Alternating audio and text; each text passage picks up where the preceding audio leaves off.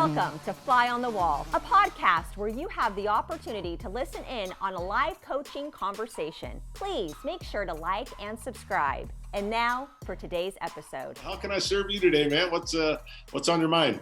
Come on. So I've got a couple of things. I think last time we were having a conversation, we were jumping into, we talked about like leadership and talking about the leaders that were around me. I think one of the questions that I would have in your experience of leading people, what does it look like to build a solid team around us? And what exactly am I looking for in those people to build the vision that God's given us, like as a church, as a Sin City Church? What does that look like for us? Yeah.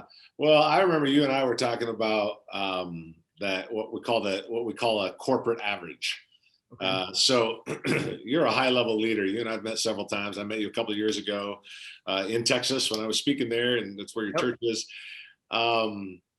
We were, I think you and I talked about how, if Bobby, if you're an 8, let's just call you an 8, but you surround yourself, your top 3 or 4 people are 2s, you're no longer an 8 anymore. I mean, you are, but corporately you're not. Because you just draw down the averages. And so that's why it's so imperative to take your top 3 or 4 people and to have the highest level people around you. We're not talking about 20 staff members, which is great, but your 3 or 4 people need to be high level people. The thing I think is really important, because you're a church, it's a church plant. You've taken off, you've seen incredible growth, but the money seems to always catch up. I always say money's the last thing that ever gets saved in someone's life.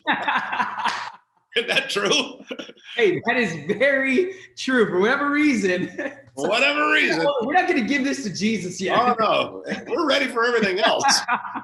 Teach me, coach me. Let's be counseled every week. Take 50 hours of my day. But when it comes to money, no, not going to have that. So when you're a growing church, the people take off, the needs take off, all of that takes off. But then sometimes the money's behind it. So now you end up with, can't just go out and hire 10 guys. There's tension there that you feel. And I think that there's a natural company tension. It's growth pains. Every company feels it, whether it's a Christian company, not Christian company, a corporate, whatever. It's like, well, we've got this much growth. The money needs to catch up. We're going to hire some people, but it's still not catching up, and then when do we make that leap? So it's a constant battle. So what has to change is the mindset for you, Bobby, to realize money is not going to attract great leaders around you. Wow. Because you don't have it. Come on. That's not reality. You will. You will. It's clear. I'm not saying that, but you're greatness is coming your way. You're headed that way. That's just who you are. You're done. There's no doubt about that. But today, it's not like you got millions of dollars and you can go hire all this talent and get all this talent. So money's not going to attract them. Wow. You're in a good city, but it's not like you're in West Palm Beach. Not there. Yeah. So it's not like, well, I'm not going to get paid, X amount of dollars, and I'm not living in West Palm Beach. Okay. So when you move aside the things that you can't really do, I think it's important that you put aside the things, or kind of put to the side the things that are like, I can't overpay. I can't, get all this money. I can't do that. Yep. So what can I do? And that's what it comes down to for you as an attractional leader. Wow. It is you that are going to attract. People follow the person before they follow the product. Come on. They always follow. It's not going to necessarily attract great leadership, but how I'm living my life, whether that's the habitualness of my life, or the expertise of the life, or the self-discipline of life, the individuals that I have surrounded myself with, even saying that is bring people this way. Yeah. So what's going to attract great leaders to your church isn't going to be the money or the West Palm Beach or all that. It's going to be, I get to be with Bobby. He's an amazing leader. I want to be around him. I'm better because of him. He takes me farther. He takes me further. He advances me. That's the thing that's going to do it. Secondly is it's an amazing attractional leader who has an amazing vision. That's what people will attract to. So you got to realize this thing, I don't got this to attract them. I can't entice them. This carrot isn't going to work for me. Not right now. But what will work, and you're not in a boat that everybody wasn't in. I don't care if you're talking about, well, what that dude's got 30,000 people in his church. Well, there was a day when he had 3. Come on, that's so good. I feel like that's something that gets missed because I can be in my shoes and see somebody else that has all of that and think, oh, well, you've always had money. Or you've always had great leaders around you. And I think we get that mindset in us, like almost as if that was given, but it wasn't. So even, Pastor Chris sitting here giving me his information, like I remember a day where I didn't have the things that I have now to attract the leaders that I was needing in a time. Oh yeah, no, I remember. I was like, hey, we got $800 in our account. We're a great church, Well, let me ask you this then. Okay, so that's how people are going to come in, right? They're going to be attracted by who I am. So let me ask you this, because I find myself in moments where everybody now wants to like grab a piece, right? So you got, let's say the 300 member church. Yep. And now it's almost as if, well, I can only talk to the pastor and every leader wants to be close. Right. How then do I make the decision to say, I had a leader in a season that may not be fulfilling what is needed in the next season? How do I switch from saying, okay, this one cannot go with me to the next season, because the next season that we're going into, there's a different kind of table that we're going to be sitting out that you have not elevated yourself to be able to come to the next process. So how does the leader, because I think that's big. That is a hard decision to make in your heart, because it's almost as if we feel, well, I owe you something and you've been with me for a really long time. And if I let you go, then there's something wrong with me. I did something bad. I feel guilt or shame for that. Walk us through that. How does that process work right there? That is a great question, because the great question that you're asking it's a great question because you're wrestling with the tension. Here's the tension. What got you here won't get you there. Correct. The way you operate as a leader, what got you here won't get you there. Hey, I'm 300. Yeah, that's great. You want to go to 1,000? Can't operate the same. You can. But then you're talking about the people that are sitting at the table. Yep. So what we do is, because we feel obligated to them, because they were in their beginning, because whatever, I get all that. And you don't want to kick them to the curb or kick them, whatever. But all of a sudden that magic 3 or 4 or 5 people that are close to you changes over here. Yep. And then this person is left over here because they're feeling like, well, what the heck, dude, I was with you in the beginning. Why aren't we with you now? Well, you were able to get us to 300, but you didn't grow and get us. And so you're not ready to take us to 1,000 or whatever the number is. So couple thoughts. Number one, what got you there? What got you here won't get you there. That's for sure. Number 2 is this, and this one sounds really harsh. You have to have the ability to choose leadership over friendship. Come on. That is a hard thing to do. That is a hard thing to do. Because you have to look at someone and say, that's my friend, that's my buddy. Yep.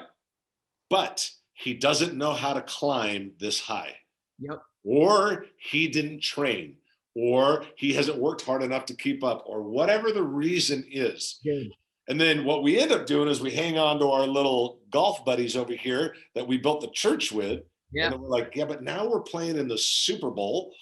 And it just doesn't work. But I want my buddies to come with me. They're not.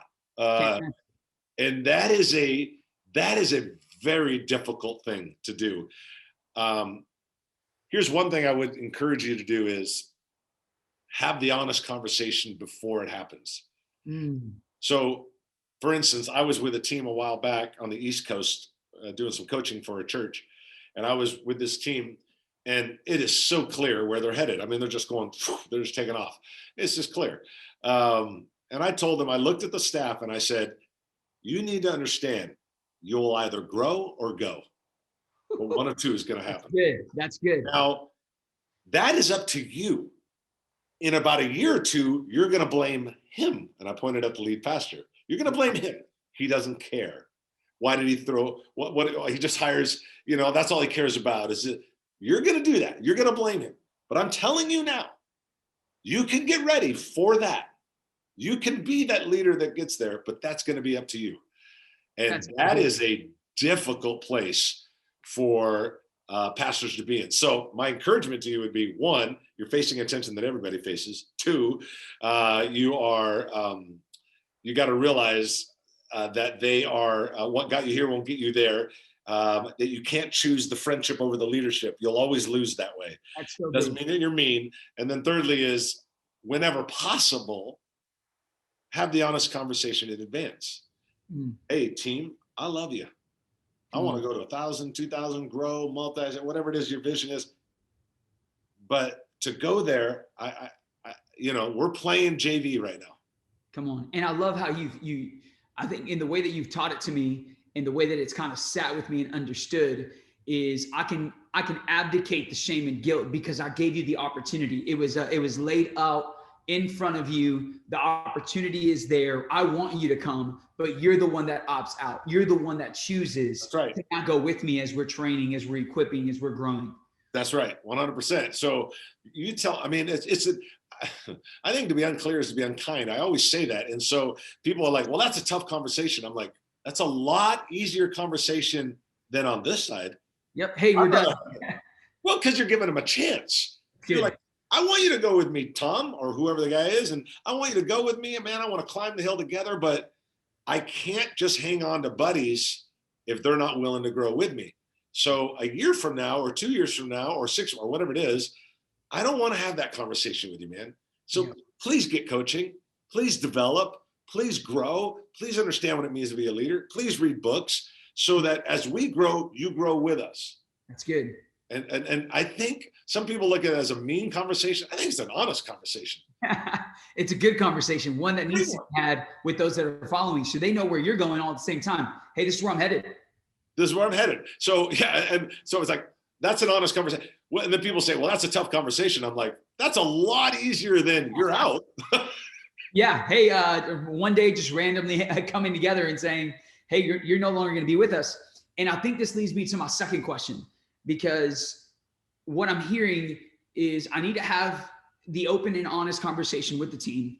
And I think one of those is giving them clarity. You talk consistently, hey, clarity is important. You have to be clear with the team. You've got to let them know where you're going. And I think that also expounds on what you said before about the kind of leaders that we are, because they're going to know if you know where you're going, right? Are you going to clearly let me know where we are going? And are we going to get there based on the process and the strategy and the people that you have around you? So here's my second one. In your own words, can you define, because it gets so misconstrued, mission, vision, and culture?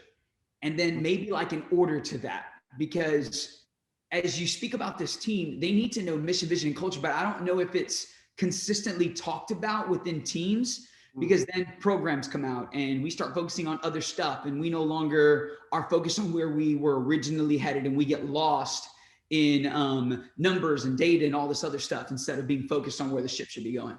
Yeah, great question. So I think that's a great question. The one thing that I think is important, the underlying, and I say it all the time, is that vision leaks and people drift, and it never, ever stops. Vision's always leaking. People are always drifting. So vision, you said vision, mission, culture. Yep. So everybody's got a different opinion, and you started off with in your words. Yep. Here's in my words what I look at. And then I want to talk about the culture part of it too. I think vision answers the where question. Okay. Mission answers the what question. Strategy answers the how question. So vision is where, mission is what. Yes. Now, so for instance, when years back when we were in our directional leadership team at South Hills, the vision, we want to connect people to Jesus. This is our vision. Where are we going? We want to connect people to Jesus on every continent and in every state. We want to connect people to Jesus in every state and on every continent by developing leaders and creating irresistible churches. So that's where we're going. So where are we going? We are going to be a church that wants to go to every state and every continent. That's going to take years. How are we going to do it? By developing leaders and creating irresistible churches. So that's clear. Like, okay, you're going multi-site, and you're gonna go all across the world, and you're gonna do it through developing leaders and creating irresistible churches. Now, what do we do at those campuses? You see the difference? Now you got all these campuses, but what are we doing? Because that campus isn't doing that. Yeah. That campus is part of where we're going. But what they're doing is they're leading unchurched people into growing relationships with Jesus Christ. That's what we're doing. That's our marker. That's our scoreboard. That's our everything. You're constantly asking that question on a day-to-day basis, week to week, month to month. And then the vision is ultimately going to be accomplished because of the mission, and the what, because of the where. Yes, exactly. So where we're going is, well, dude, I probably won't live to see that fulfilled. I love that. You know what I mean? Because it's going for years and years and years. What is this? What we're doing every day. Now, the how is the strategy. So how are you going to actually do that? Because people do all the time. We're going to, they come up with these statements like, we're going to love God, love people, change the world. How are you doing that? Tell me how you're going to do that. The Bible verse is connected to them. So I'm like, well, how are you going to do it? You got the word in it. It's got to be right,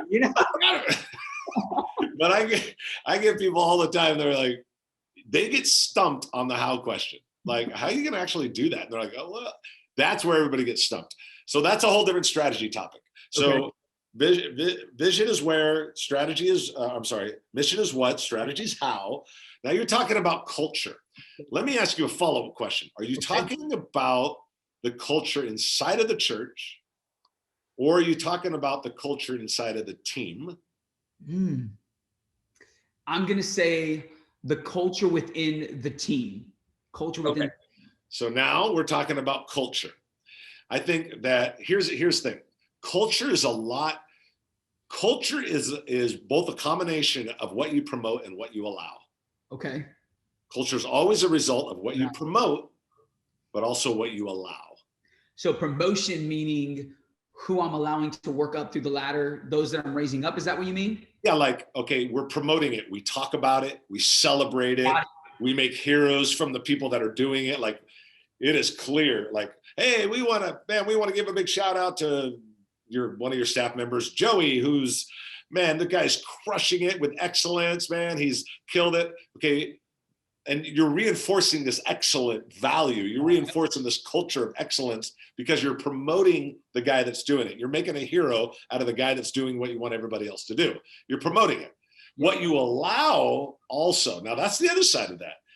Culture is what you promote, but it's also what you blindly allow. Come on. People show up late.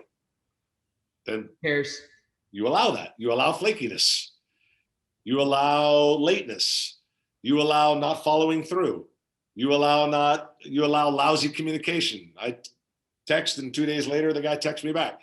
You allow that. So that becomes part of the culture. It's what you're promoting, but what you're kind of blindly or unintentionally just allowing. Wow. Culture is always part of those. Now, I think culture is a lot like values in that, to some degree, because I think the values help shape the culture. Okay. So what are the values of your staff? What are the things that you live by? And that's a whole different topic, but I can touch on it. I can touch on it. But here's why it's important. And I've said this before on the Fly on the Wall podcast.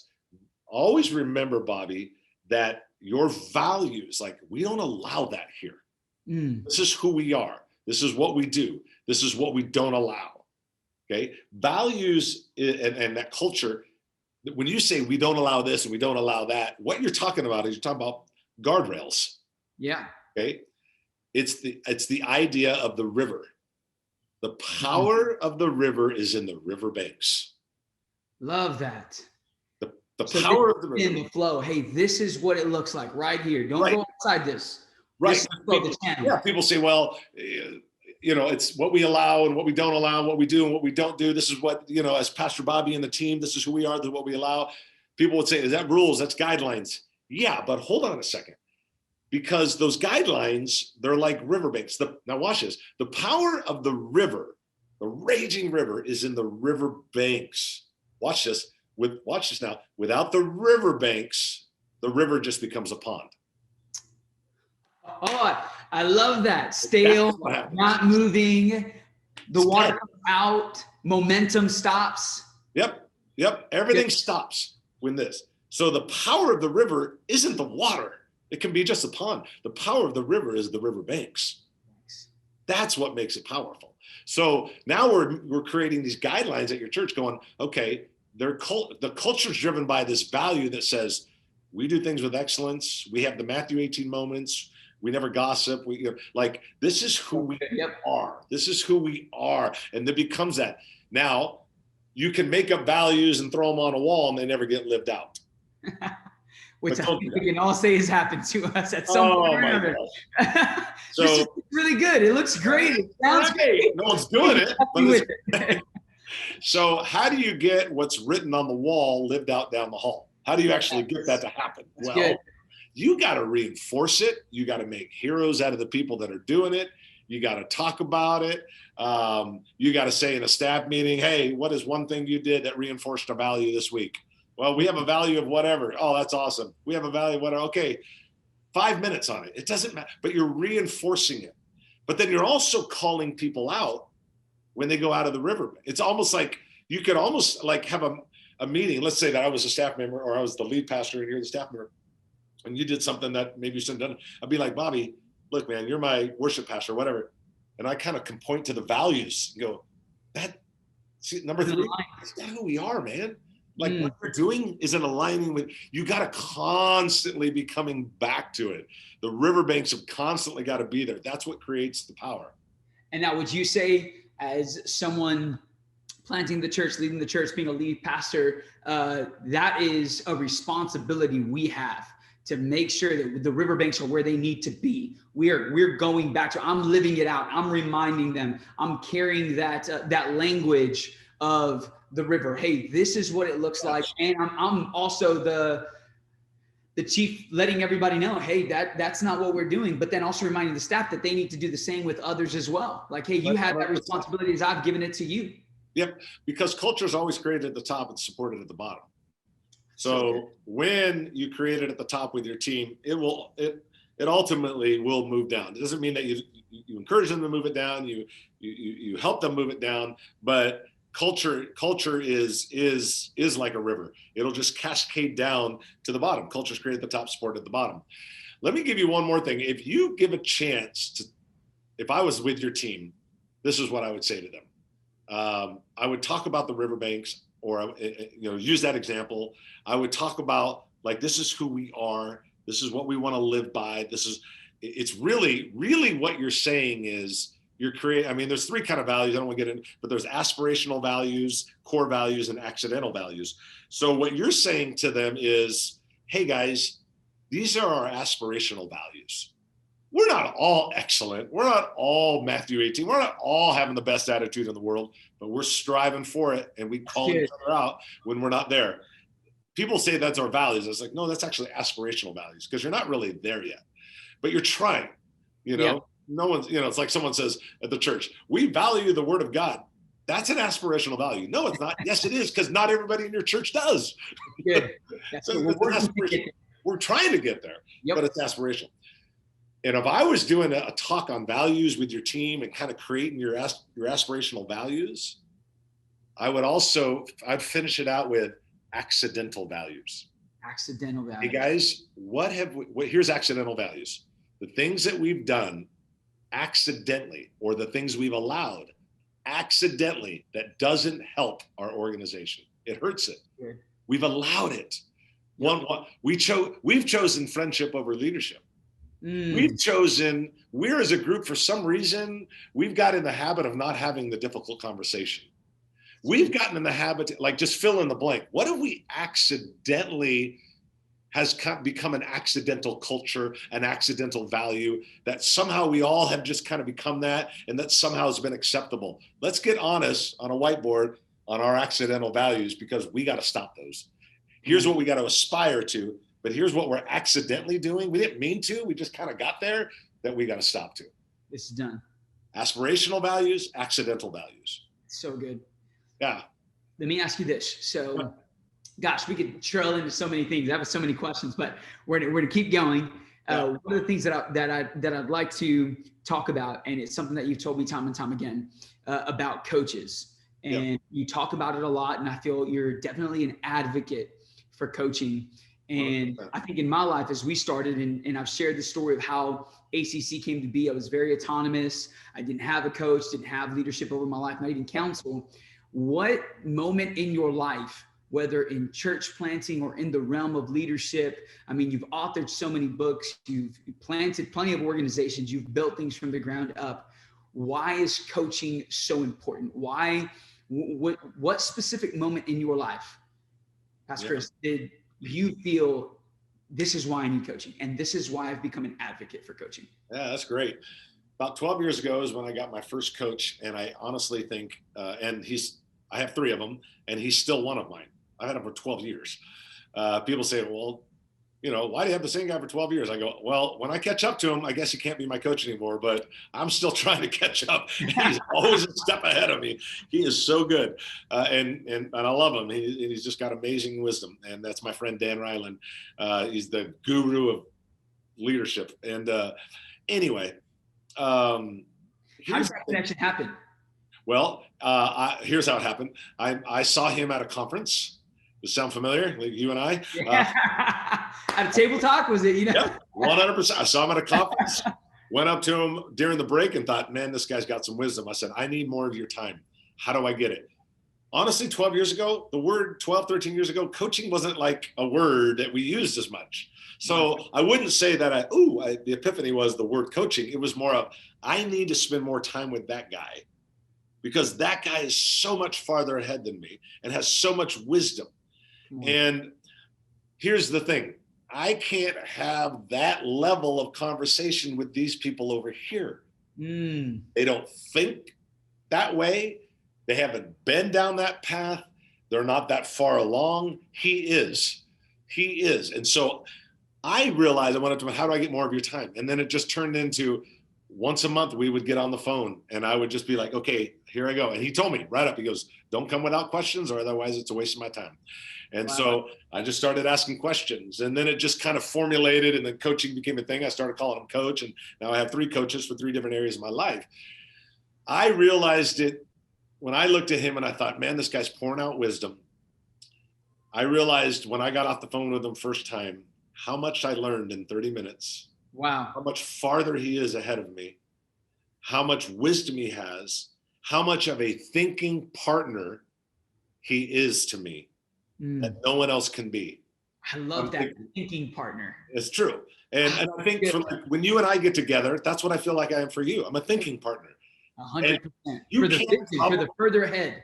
Right. And you can't these level of conversations isn't going to happen with your team. No. So you got to go find those level of conversations. And when someone doesn't have it blows my mind when I look at certain people where I'm like, dude, you've been 200 or 300 forever. You've been whatever it is.